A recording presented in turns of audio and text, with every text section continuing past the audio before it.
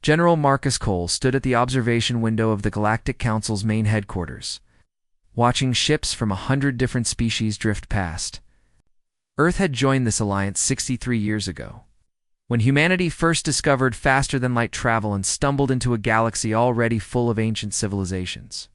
Compared to species that had existed for thousands of years, humans were like children who had just learned to walk.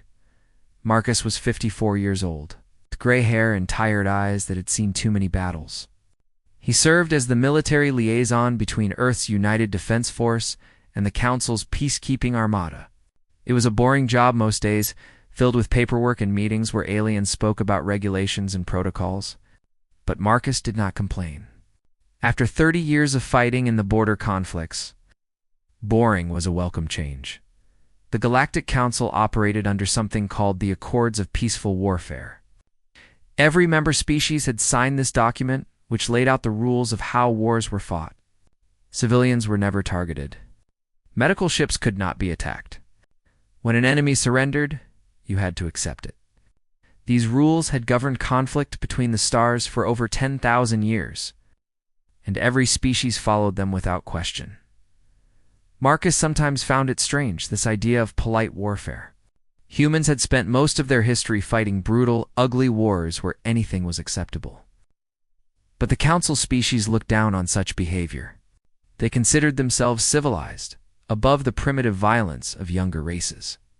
War, to them, was like a chess game played with very expensive pieces, far from the political center of the galaxy. On a green world called Verdana 7, life was simple and good. The human colony there had grown to 2.3 million people over 40 years. Most of them were farmers who grew crops that were shipped across human space. Others were scientists studying the unique plant life of the planet. Families raised children under purple skies, and the biggest concern most people had was whether the harvest would be good this year. Governor Linda Patterson ran the colony with a gentle hand. She was a tall woman in her 60s, with white hair and a warm smile. She had come to Verdanasivan as a young agricultural specialist and had never left. She loved this world and its people like they were her own family. When news came that the Vorthok Dominion had declared war on humanity, Linda called a town meeting in the capital city of New Providence. People gathered in the central square, worried looks on their faces. Linda stood on the steps of the government building and raised her hands for silence. "I know you have all heard the news," she said. "The Vorthok are upset about mining rights in the asteroid belt near their territory. They have formally declared war." Murmurs ran through the crowd. Parents held their children close. "But I want you to understand something," Linda continued. "This is not like the wars from old Earth history. The Galactic Council has rules. The Vorthok cannot attack us here. We are a civilian colony, protected under the Accords. Their war is with our military, not with our families." She smiled reassuringly. "There will be some fighting in space. Our fleet will handle it. Then there will be negotiations and everything will go back to normal. That is how war works out here. So please, go home, hug your children, and do not worry. We are safe." The crowd dispersed, comforted by her words. Linda watched them go and believed everything she had said. The rules had protected countless species for 10,000 years. Why would this time be any different? Back on Axiom Prime, the Council's neutral headquarters world, Marcus Cole received his orders. The Fourth Fleet was being mobilized under Admiral Patricia Reyes, a sharp woman in her late 40s who had earned her rank through skill and determination. Marcus had served with her during the border conflicts and trusted her completely. "Standard defensive formation around Verdana 7, Patricia said during their briefing.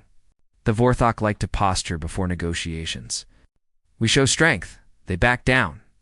Everyone goes home happy." Marcus nodded, but felt uneasy. Intelligence reports suggested the Vorthok had been talking to other species recently. Insectoid Krillians, the water-dwelling Selvathi, and the ancient Morvani. None of these species were friends to humanity. They saw humans as upstarts, newcomers who had expanded too quickly and gained too much influence in the Council. Oh. "Be careful," Marcus told Patricia. "Something feels wrong about this." Patricia laughed. "You always worry too much, Marcus. The Vorthok are not stupid. They know the rules. Everyone knows the rules. The Fourth Fleet departed for Verdun A7, 15 warships carrying thousands of sailors and marines. They arrived in orbit around the colony and took up defensive positions. Below them, life continued as normal. Children went to school. Farmers tended their fields. The people of Verdun A7 trusted in the protection of their fleet and the sacred laws of civilized warfare. 3 days later, the Vorthok arrived. Their fleet was larger than expected, almost 40 ships. Patricia studied the sensor readings with growing concern. This was not a standard show of force. This was an invasion fleet. "Open communications," she ordered. "Let us talk before anyone does something stupid." The screen flickered to life, revealing the scaled face of High Warlord Krizith, commander of the Vorthok Armada. His reptilian eyes were cold and empty, like a predator studying prey. "Admiral Reyes," he said, his voice a low hiss. "Thank you for bringing your ships. It will save us the trouble of hunting them down later." Patricia kept her voice calm. "Warlord Krizith, I suggest we discuss this situation before anyone gets hurt. The Council has procedures for resolving disputes. There is no need for violence." Krizith made a sound that might have been laughter. "Procedures, rules, accords, you humans love these things, do you not? You hide behind them, thinking they will keep you safe. The accords have kept the peace for 10,000 years. Accords exist to protect the powerful from the consequences of their actions." Krizith leaned closer to the camera. "Today, little Admiral, there will be no accords. Today, humanity learns what happens to species that forget their place in the galaxy." Patricia's blood ran cold. "What are you talking about?" "Watch," Krizith said. "Watch and remember." Communication ended. Before Patricia could issue a single order, the Vorthok fleet began to move. But they did not attack the human warships. They flew past them entirely, descending toward the planet below. Toward Verdun A7. Toward 2.3 million. 8. Innocent people. Patricia screamed orders into her communicator, commanding her ships to intercept, to protect the colony at all costs. But the Vorthok had planned this perfectly. A portion of their fleet broke off to engage the humans, keeping them occupied while the rest began their attack on the surface. Governor Linda Patterson was eating dinner with her granddaughter when the first explosions lit up the sky. She ran outside and looked up, watching in disbelief as fire rained down from the heavens. Buildings collapsed. Streets became rivers of flame. The screams of her people filled the air. She grabbed her communicator with shaking hands. "Admiral Reyes, this is Governor Patterson. They are bombing the city. They are killing civilians. Please, you have to stop them." Patricia's voice came back broken by static and desperation. "I am trying, Governor. I am trying. But there are too many of them." Linda looked at her granddaughter, a small girl with brown hair and frightened eyes. She picked up the child and ran toward the emergency bunkers, praying they would make it in time. Above them, the Vorthok continued their slaughter. The civilized galaxy watched and did nothing. The bombardment lasted 6 hours. Admiral Patricia Reyes fought with everything she had, pushing her ships beyond their limits, but the Vorthok had come prepared. Every time she moved to intercept the bombers, another group of enemy warships blocked her path. It was like trying to stop a flood with her bare hands. From orbit, she could see the colony burning. New Providence, the capital city where 200,000 people had lived, was nothing but fire and smoke. The agricultural districts that had fed a dozen worlds were blackened craters. Schools, hospitals, homes, all of them reduced to ash. To her communications officer, a young man named Peter Walsh sat at his station with tears streaming down his face. "Admiral, we are receiving distress calls from the surface. Thousands of them. They are begging for help." Patricia gripped the arms of her command chair until her knuckles turned white. "Tell them we are coming. Tell them to hold on." But she knew it was a lie. Her fleet was outnumbered and outgunned. The best she could do was keep fighting and hope that some of her people on the ground found a way to survive. Governor Linda Patterson had made it to the underground bunker with her granddaughter and several hundred other colonists. The walls shook with each explosion above. Children cried. Adults prayed. The air grew thick with dust and fear. Linda moved through the crowd, trying to calm people, trying to give them hope. But her communicator kept receiving reports from the surface. Evacuation shuttles shot down as they tried to escape. Emergency responders killed while helping the wounded. The Vorthok were not just destroying the colony, they were hunting the survivors. Her granddaughter, a 7-year-old girl named Emma, tugged at her sleeve. "Grandma, when is it going to stop?" Linda knelt down and hugged her tight. "Soon, sweetheart. The soldiers will make it stop soon." Emma held up her wrist, showing the purple bracelet Linda had given her for her birthday. "Will you keep this safe for me? I do not want it to get dirty." Linda took the bracelet and slipped it into her pocket. "I will keep it safe.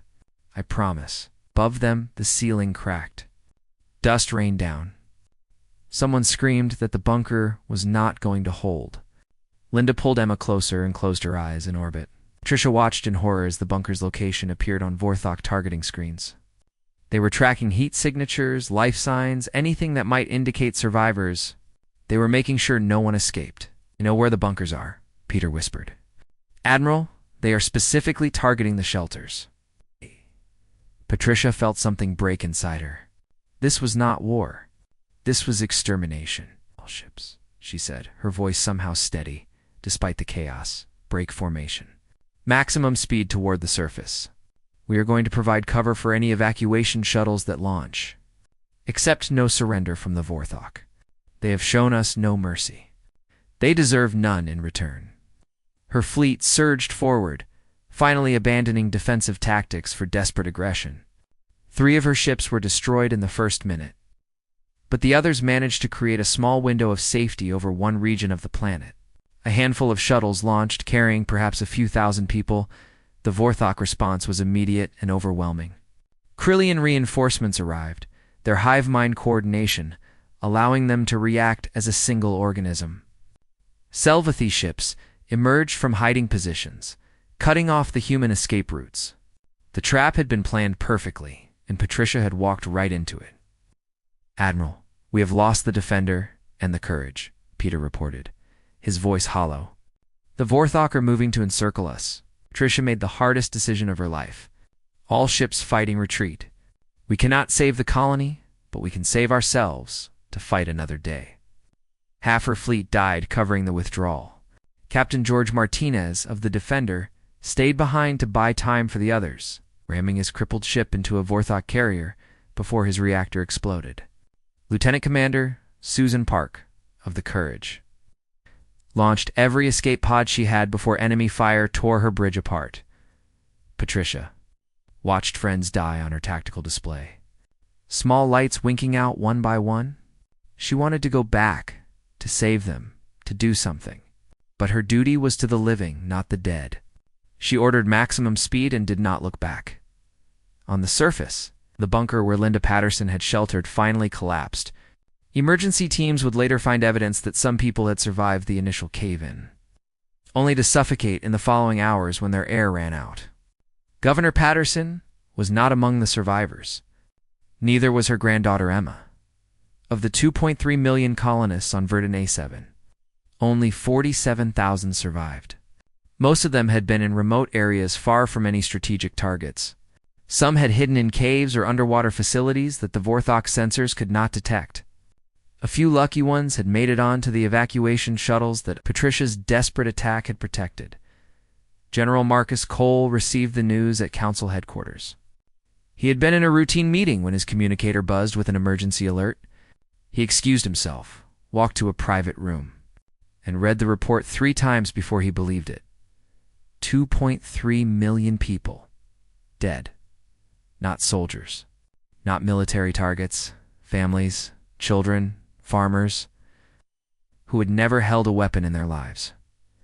He went to the council chamber and demanded an emergency session. Representatives from 100 species gathered to hear humanity's complaint. Surely, Marcus thought, there would be outrage. Surely, the other civilizations would demand justice for this atrocity. The Vorthok ambassador, thin reptile named Servith, spoke first. The Dominion regrets any civilian casualties that may have occurred during our legitimate military operations. Marcus stared at him in disbelief. Civilian casualties? You murdered 2.3 million people. You bombed schools and hospitals. You targeted evacuation shuttles and emergency bunkers. This was not war. This was genocide, Council murmured. But no one spoke in support of the human general. The Morvani representative, Sovereign Alithia, was an ancient being whose species had existed when humanity was still living in caves. Her voice carried the weight of millennia when she spoke. General Cole, the Council has reviewed the evidence. While the attack on Verdun 7 was regrettable, it was not technically illegal. Marcus felt the floor drop out from under him. Not illegal? They killed millions of innocent people. The colony of Verdun 7 was not properly registered as a protected civilian. World under subsection 447 of the Accords of Peaceful Warfare. Ilithara's tone was patient, like a teacher explaining something to a slow child. Due to an error in the original settlement documents, the colony was classified as a military supply depot. As such, it was a legitimate target under council law. That is insane, Marcus said. You are telling me that a paperwork error makes it acceptable to slaughter millions? We are telling you that the law is clear. Lithara leaned forward, and something cold flickered in her ancient eyes. Perhaps this tragedy will teach humanity to be more careful with their documentation in the future. You are a young species, General. You have much to learn about how the galaxy truly works. The Council voted 73-12 to dismiss the human complaint. Some species abstained. Others actively sided with the Vorthok, citing obscure legal precedents and procedural concerns. The message was clear. Humanity was not important enough to protect. Marcus stood alone in that chamber, surrounded by beings who had just told him that the deaths of millions were an administrative inconvenience. He thought of Linda Patterson, whom he had met once at a diplomatic function, a kind woman who loved her colony. He thought of all the children who would never grow up, all the futures that had been erased. He said nothing. He showed no emotion. But as he walked out of the council chamber for the last time, he made a promise to himself and to the dead of Verdun 7. The galaxy would learn what humanity truly was, and the lesson would be written in fire. Marcus. Cole returned to Earth 3 days after the council dismissed humanity's complaint. He did not speak to anyone during the journey. He did not eat. He sat in his cabin and stared at the wall, replaying the massacre in his mind over and over again. When he arrived, President Daniel Marsh was waiting for him. Marsh was a practical man in his 60s, a former military officer who had entered politics late in life. He took one look at Marcus and understood that something fundamental had changed. "Report to the Situation Room in 1 hour," Marsh said quietly. "Tell us everything." Marcus stood before the United Earth Council and delivered his report without emotion. He described the attack in clinical detail. The number of bombs dropped, the estimated civilian casualties, the deliberate targeting of shelters and evacuation shuttles. He played audio recordings of Governor Patterson's final transmission, her voice steady, even as her world died around her, asking only that humanity remember what happened. Then he described the council's response. The dismissal of their complaint, the claim that a paperwork error made genocide acceptable, the ancient Morvani, suggesting that perhaps this would teach humanity humility. When he finished, the room was silent. Several members of the council had tears in their eyes. Others looked sick. Admiral Patricia Reyes, who had survived the battle with wounds that still had not fully healed, gripped the table in front of her hard enough to crack the wood. President Marsh spoke first. "What do you recommend, General?" Marcus had thought about this question during his entire journey home. He had considered every option, weighed every risk. In the end, the answer was simple. "We withdraw from the Galactic Council immediately," he said. "We close our borders to all alien traffic. We fortify every system we control, and we prepare for total war." The room erupted in debate. Admiral Catherine Price, head of strategic planning, pointed out that humanity had never fought a war without council oversight. They did not have the ships, the weapons, or the experience to challenge species that had been waging interstellar warfare for thousands of years. Marcus listened to every objection, then responded calmly. The Council's rules exist to protect the powerful. As long as we follow those rules, we will always be victims.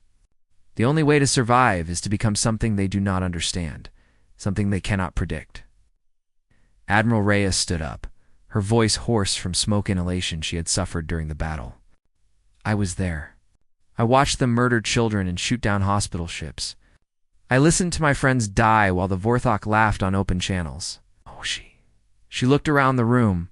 The Council will never protect us. We must protect ourselves. The vote passed unanimously. Humanity's withdrawal from the Galactic Council sent shockwaves through the galaxy. No species had ever voluntarily left before.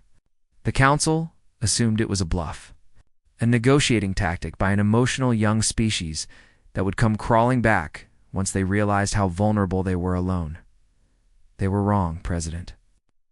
Commander of all human military forces, the first person to hold such a title since the unification wars of the 22nd century, Marcus immediately began a transformation that would have been impossible under Council restrictions. Human shipyards, which had been limited to producing small defensive vessels under Council agreements, began construction of massive warships, the likes of which humanity had never built. Mining operations in the asteroid belts expanded tenfold to provide raw materials. Every able-bodied citizen who volunteered was trained for military service, but ships and soldiers were not enough. Marcus knew they needed weapons that could counter species with thousands of years of military development. He reached out to Dr. Samuel Harris, a physicist who had been quietly working on forbidden technologies in secret labs hidden throughout human space. The Council banned certain weapons because they were too effective, Harris explained during their first meeting. Weapons that could disable entire fleets without destroying them. Weapons that could penetrate any shield, crack any armor. I have spent my career studying these technologies. Marcus authorized unlimited funding for Harris's research. Within a year, the first prototype of the Prometheus device was completed. A weapon that could generate electromagnetic pulses powerful enough to disable any ship within range while leaving the crew alive. Commander Catherine Price revolutionized human tactics. She studied every battle the Council species had ever fought, looking for patterns and weaknesses. What she discovered was disturbing but useful. The alien civilizations had become predictable. They had fought the same way for so long that they could not imagine any other approach. They announce their attacks before they make them, Price explained to the command staff. They form battle lines and engage in honorable combat. They accept surrenders and treat prisoners according to regulations. These are not weaknesses in themselves, but they reveal a fundamental truth. They expect everyone to fight the same way. She smiled coldly. We will not. Intelligence Chief Victor Dunn built a network of spies that infiltrated every major species in the galaxy. Human agents, some of them specially modified to pass as aliens, gathered information on fleet movements, political tensions, and military capabilities. Within 2 years, Dunn knew more about the Vorthok military than their own generals did. 5 years passed. The galaxy assumed humanity was hiding, licking its wounds, too afraid to emerge from its fortified borders. The Vorthok and their allies expanded into the territory humanity had abandoned, claiming it as the spoils of their victory. Sovereign Ilithera of the Morvani made speeches about how the natural order had been restored, how the young upstart species had learned its proper place. They could not have been more wrong during those 5 years. Humanity built a fleet larger than any they had ever possessed. They developed weapons that broke every rule the Council had ever written. They trained soldiers who fought without mercy, but never lost their humanity. And they waited. Marcus Cole stood before the full assembly of the United Earth Council one final time. Behind him, a holographic display showed the galaxy, with human space marked in blue and the territories of their enemies marked in red. For 5 years we have prepared, he said. We have built ships that can outrun anything in the galaxy. We have created weapons that can disable fleets without destroying them. We have trained warriors who understand that true civilization is not about following rules. It is about protecting the innocent. He pressed a button, and the display changed.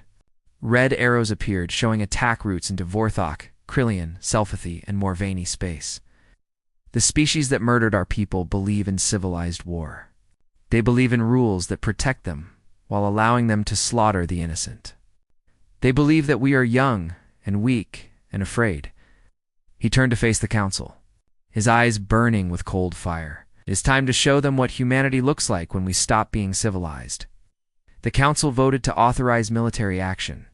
There was no debate, no discussion. Everyone in that room had lost someone on Verdana 7. Everyone remembered the names of the dead.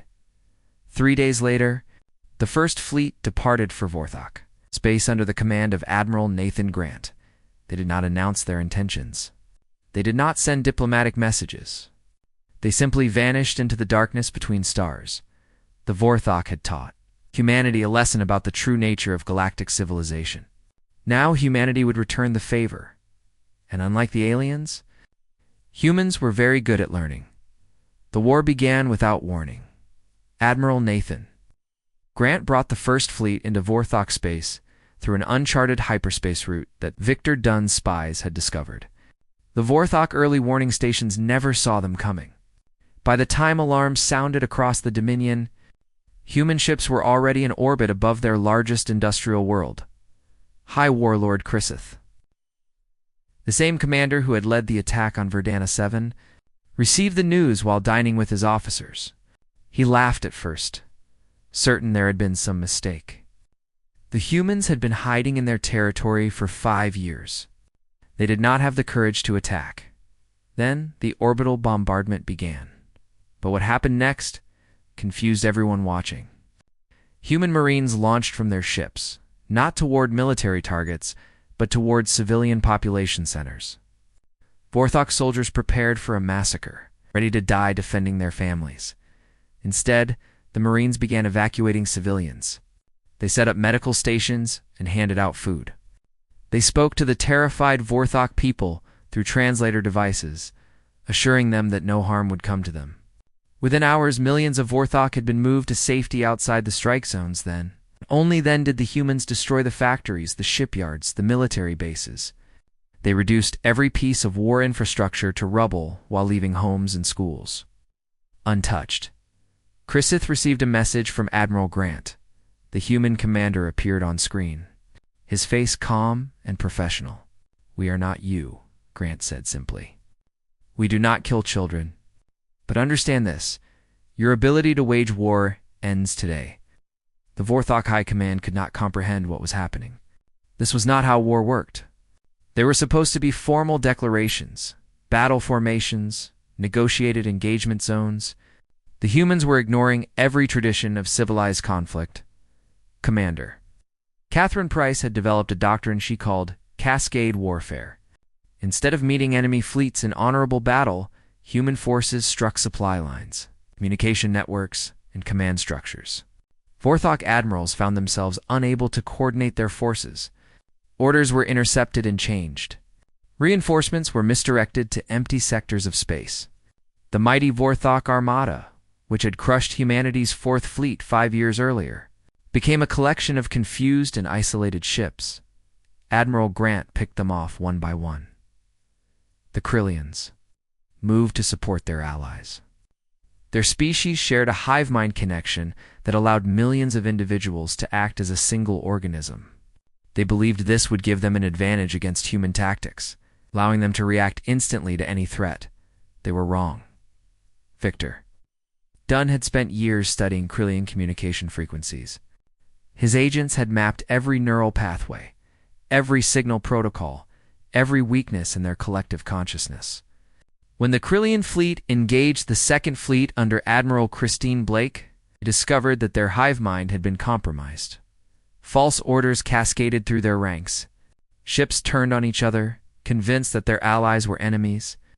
Commanders received contradictory instructions that paralyzed their decision-making. The battle that should have been a coordinated assault became chaos. Dr. Harris unveiled his masterwork during this engagement.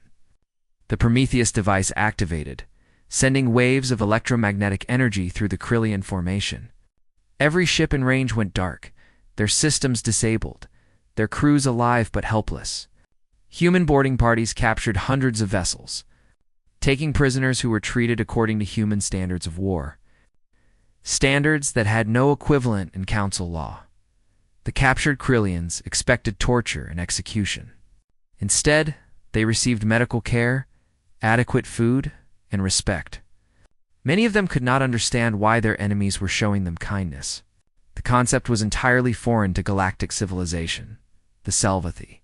Creatures who had evolved in the deep oceans of their homeworld believed their liquid environment would protect them from human aggression. Their cities existed beneath kilometers of water, beyond the reach of conventional weapons.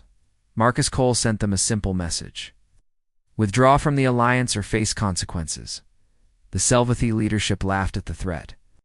What could surface-dwelling mammals do against a species that had never been successfully invaded in 10,000 years of galactic history? Humanity did not attack their planet. Instead, the Third Fleet established a complete blockade. Every trade ship was turned away. Every communication with the outside galaxy was cut.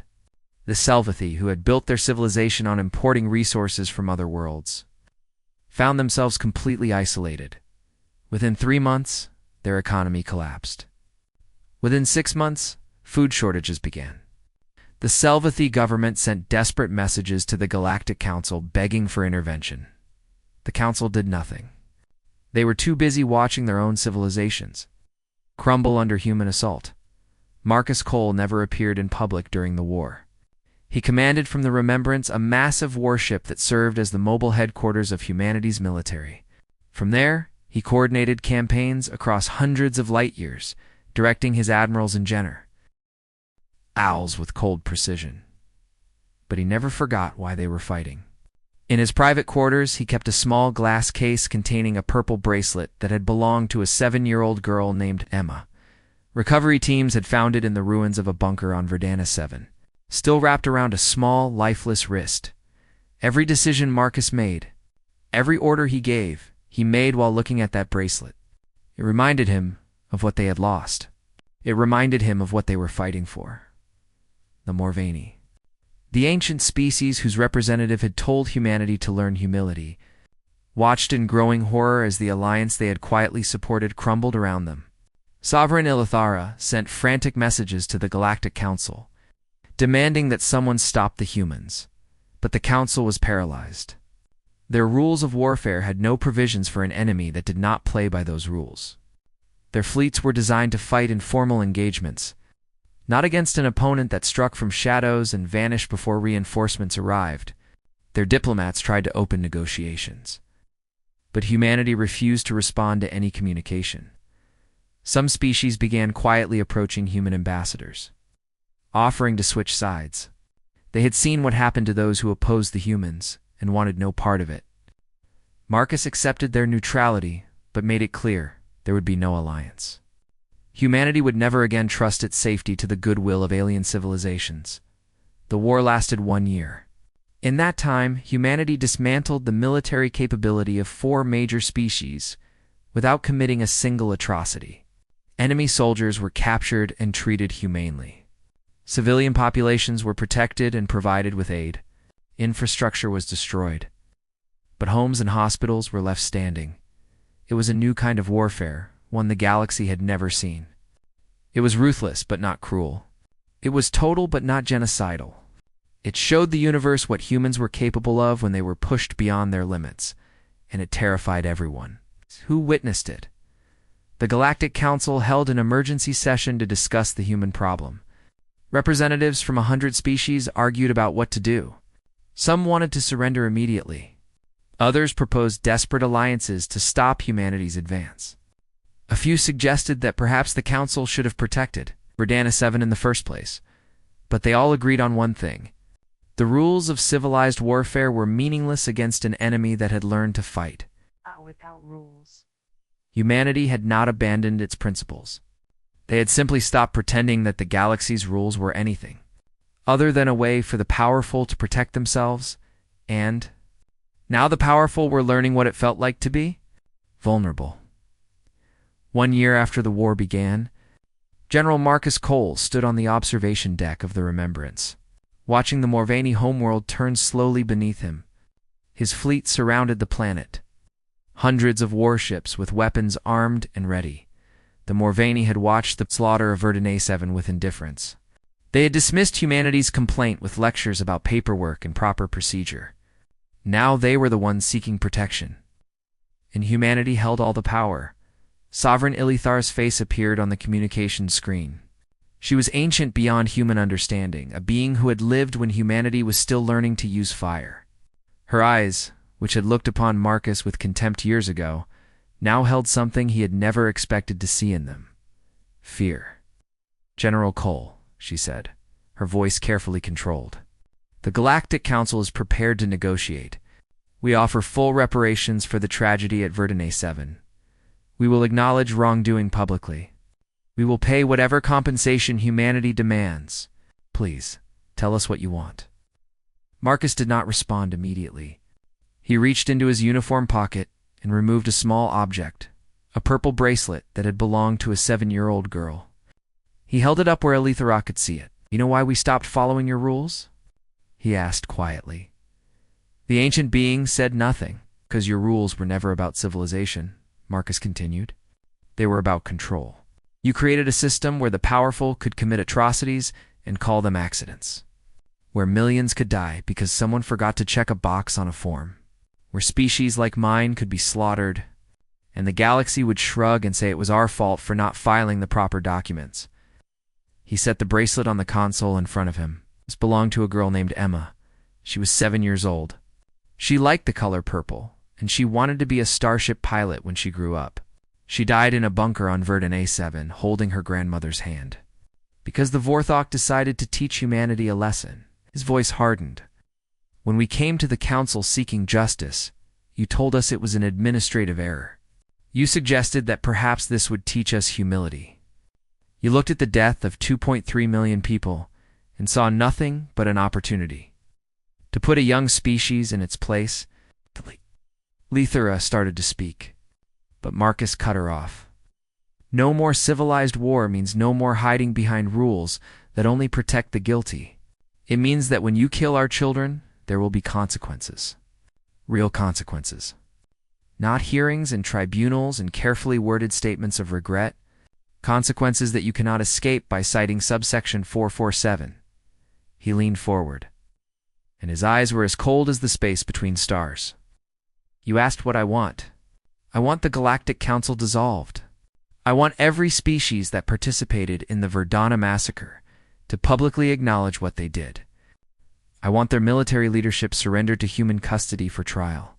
And I want a new agreement, not written by those who have spent millennia protecting themselves, but one that actually protects the innocent." Elithara's ancient face twisted with emotions that Marcus could not read. "You cannot simply remake the galactic order because you are angry. We have existed for 10,000 years. Our systems, our laws, our way of doing things, they have endured longer than your entire civilization." Marcus smiled, and there was no warmth in it at all. "Your systems failed. Your laws protected murderers. Your way of doing things killed millions of innocent people and called it paperwork."